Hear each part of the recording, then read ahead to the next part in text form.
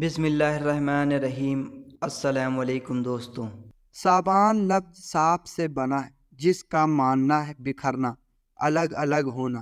عرب میں عام طور پر اس ماہ میں رزق کی تلاش میں اور تجارت کے لیے لوگ الگ الگ مقامات پر سفر کرتے تھے۔ صابان کی فضیلت میں یہ کہا جاتا ہے کہ جب ماہ صابان آ جائے تو اپنے جسم کو پاکیزہ رکھو اور اس مہینے میں اپنی نیتیں اچھی رکھو اور انہیں حسین بناؤ۔ اس برکت و رحمت اور فضیلت والے مہینے میں سب برات 15ویں صابان کی مبارک رات میں اللہ تعالیٰ کی رحمت کا خاص حضور ہوتا ہے اور اللہ تعالیٰ اپنے بندوں کو رزق اور عافیت اور مغفرت عطا فرماتا ہے۔ چاند دیکھنا واجب ہے۔ صابان اسلامی سال کا 8واں مہینہ ہے جو رجب المرجب اور رمضان المبارک درمیان میں ہے، یا ان 5 مہینوں میں سے پہلا مہینہ ہے جن کا چاند دیکھنا واجب کفایہ ہے۔ نمبر 1 صابان المعظم، نمبر 2 رمضان المبارک، نمبر 3 شوال المکرم، نمبر 4 ذوالقعدۃ الحرام، نمبر 5 ذوالحجۃ الحرام۔ حضرت ابو معمر فرماتے ہیں، ماہ صابان نے بارگاہ الہی میں عرض کیا، اے میرے رب، تو نے مجھے 2 عظمت والے مہینوں رجب اور رمضان المبارک کے درمیان رکھا ہے، تو نے میری کیا فضیلت رکھی؟ اللہ پاک نے ارشاد فرمایا، میں نے تجھ میں قرآن پاک کی تلاوت رکھ دی۔ صابان المعظم میں خوب نیکیاں کیجیے، خوب ذکر و اذکار، درود پاک اور تلاوت قرآن کریم کر کے اس عظمت والے مہینے کی خوب تعظیم کریں۔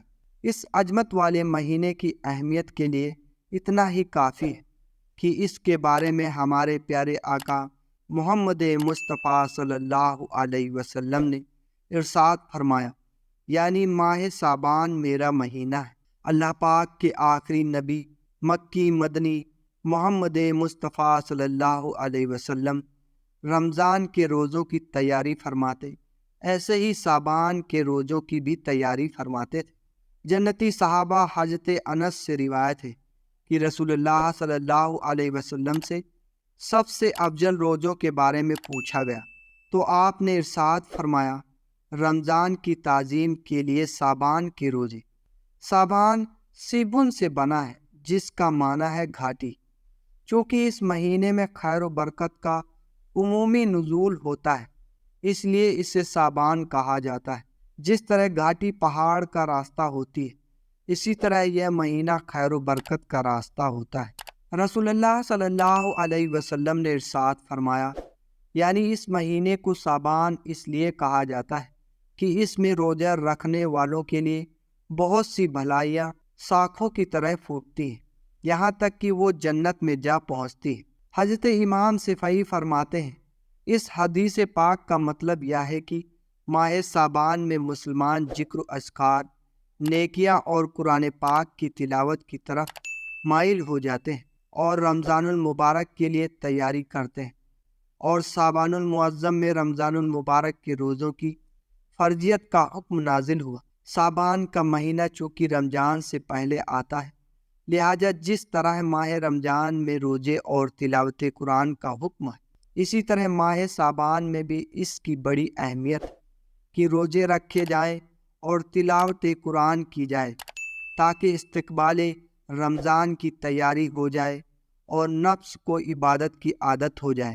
جنتی صحابی حضرت انس فرماتے ہیں، صابان کا مہینہ آتا تو مسلمان قرآن کریم کی تلاوت میں مشغول ہو جاتے، اپنے مالوں کی زکوٰۃ عطا کر دیتے تاکہ کمزوروں اور مسکینوں کو بھی رمضان کے روزوں کی طاقت ملے۔